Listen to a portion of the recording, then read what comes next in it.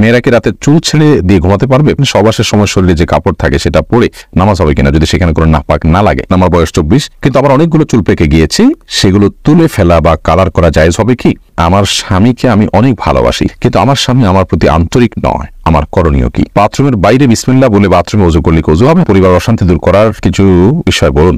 নামাজের তেলাওয়াত ভুল হলে সজদা করতে হবে কিনা? ওযু করে শুয়ে থাকলে কি ওযু ভেঙে যাবে? নামাজ পড়ার সময় কারো সামনে দিয়ে গেলে কি গুনাহ হবে? আমার বাবা নেই, আমার বিয়ের উকিল কে হবে? মৃত ব্যক্তির পক্ষ থেকে রোজার নিয়ত করলে তাদের আমলনামায় সওয়াব পৌঁছাবে কিনা?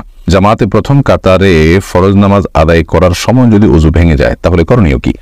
ফাইজিদুর রহমান আপনি লিখেছেন নামাজ পড়ার সময় কারো সামনে দিয়ে গেলে কি গুনাহ হবে? অবশ্যই গুনাহ হবে। নবী করিম সাল্লাল্লাহু আলাইহি ওয়াসাল্লাম বলেছেন কারো সামনে দিয়ে কেউ নামাজ পড়ছে তার সামনে এক পাশ থেকে আরেক পাশ যদি যান ক্রস করেন, এটার পাপের বোঝাটা কত বড় হবে এটা যদি কেউ জানতো তাহলে 40 পর্যন্ত সে দাঁড়িয়ে থাকতো, 40 দিন বা 40 বছর পর্যন্ত সে দাঁড়িয়ে থাকতো। সাইদা রত্না এই আইডি থেকে আপনি লিখেছেন আমরা একটা জমি কিনে অন্যের কাছে বেশি দামে বেচলে সেটা গুনাহ হবে না? গুনাহ হবে কেন? আপনি জমি কিনবেন, আগে জমিটা বুঝে নেবেন, নেওয়ার পর আপনি আরেকজনের কাছে সেল করবেন বেশি দামে, লাভ নিয়ে কোনো অসুবিধা নেই। আজিয়াদ লাবিব আপনি লিখেছেন সপ্তাহের সময় বৃহস্পতিবার রোজা রাখা সুন্নত, মৃত ব্যক্তির পক্ষ থেকে রোজার নিয়ত করলে তাদের আমলনামায় সওয়াব পৌঁছাবে কিনা?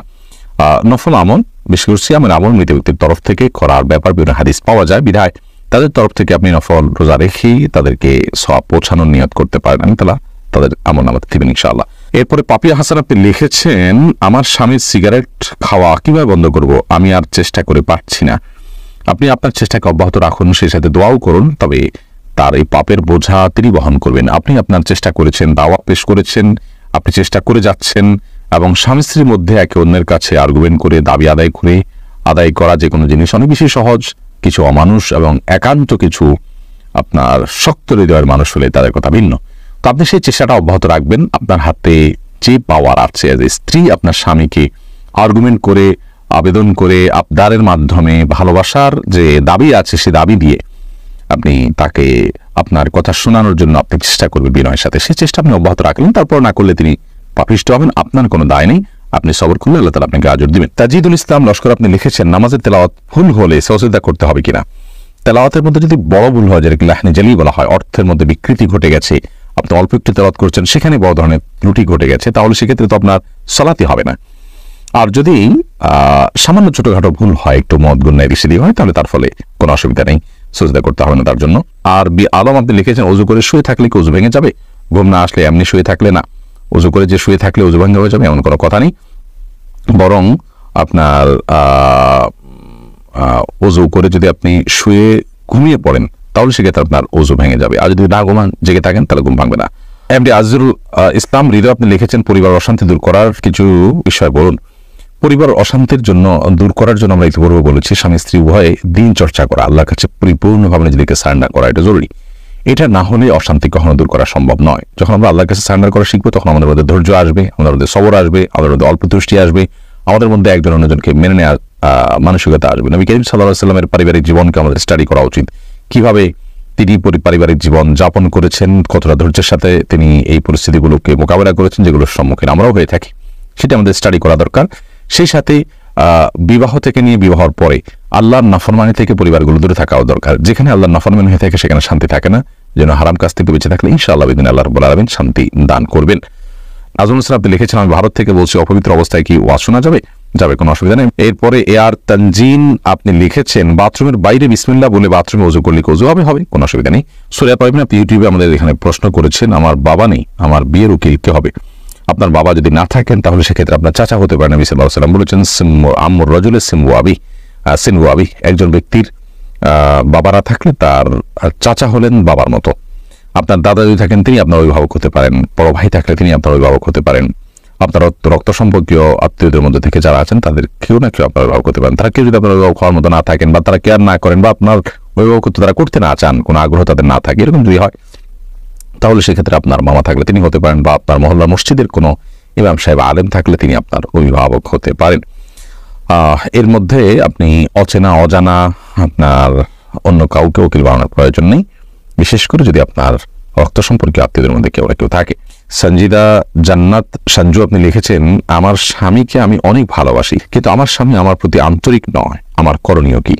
আপনার স্বামী যদি আপনার প্রতি আন্তরিক না হন, আপনি তাকে অনেক বেশি ভালোবাসেন, তাহলে সেই ক্ষেত্রে আপনার স্বামীর ভালোবাসার জন্য আপনি নিজের পক্ষ থেকে যত চেষ্টা আছে আপনি করবেন এবং আপনার চেষ্টায় কোনো যেন ত্রুটি না থাকে আকৃষ্ট করার চেষ্টা করবেন, অন্যের মাধ্যমে তাকে আপনি সংশোধনের পথে আনার চেষ্টা করবেন, এটি আপনার কর্তব্যের অংশ। এরপরেও যদি তিনি আন্তরিক না হন তাহলে সেক্ষেত্রে আল্লাহর কাছে অন্তত আপনার কোনো দায় থাকবে না। আপনি সবর করে তার সংসার যদি করেন ইনশাআল্লাহ বিদিনিল্লাহ এই সবরের ফল আপনি দুনিয়াতে পাবেন, আখিরাতেও পাবেন ইনশাআল্লাহ। খাদিজা খানম আপনি লিখেছেন, জামাতে প্রথম কাতারে ফরজ নামাজ আদায় করার সময় যদি ওযু ভেঙে যায় তাহলে করণীয় কি? যদি ওযু ভেঙে যায় তাহলে আপনি কাতার ভেঙে বেরিয়ে যাবেন এবং ওযু করে এসে বাকি নামাজ পরিপূর্ণ করবেন। যদি এমন হয় পেছনে এত বেশি মানুষ, এত বেশি কাতার, যেগুলো ভেঙে যাওয়া খুব টাফ, অনেক মানুষ ডিস্টার্ব ফিল করবে, তাহলে আপনি ওই অবস্থায় বসে থাকলেন বা দাঁড়িয়ে থাকলেন, অপেক্ষা করলেন, সালাত কন্টিনিউ করবেন না, সালাত ভেঙে ফেলবেন। বিনা ওযুতে সালাত কন্টিনিউ করা উচিত নয়। আর যদি 1-2-4 কাতার থাকে, অর্থাৎ যাদেরকে হালকা করে আলতোভাবে তাদের থেকে বেরিয়ে যাওয়া সম্ভব, তাহলে সেটি করাই হলো ভালো এবং উচিত। সবজল হোসেন এআইডি থেকে আপনি লিখেছেন, সহবাসের সময় শরীরে যে কাপড় থাকে সেটা পরে নামাজ হবে কিনা? যদি সেখানে কোনো নাপাক না লাগে ওইটা পরে নামাজ হবে। যদি আপনি এটাকে আলতোভাবে অনুভাবে রাখেন যে সেখানে কোনো নাপাক লাগলো না, তাতে কোনো অসুবিধা নেই, নামাজ হয়ে যাবে। সূরা ইয়াসিন আপনি লিখেছেন, আমার বয়স 24 কিন্তু আমার অনেকগুলো চুল পেকে গিয়েছে, সেগুলো তুলে ফেলা বা কালার করা জায়েজ হবে কি? বোন সুরাইয়া, প্রথম কথা হলো যে চুলের যে কালার, এই কালারটা আপনি করতে পারেন কালো ছাড়া অন্য কোনো কালার। আজকাল চুল পেকে গেলে মেহেদির যে কালার হয়ে থাকে সেটা যেমন করা যেতে পারে, তেমনি ভাবে অনেকের চুল সাদা না হলেও চুল সাদা হলে মেহেদির কালার আপনি করতে পারেন। চুল সাদা হওয়া ছাড়াও অনেকে স্টাইলের অংশ হিসাবে মেহেদি কালার করে এবং দেখতে সুন্দর দেখায়, সিল্কি দেখায়।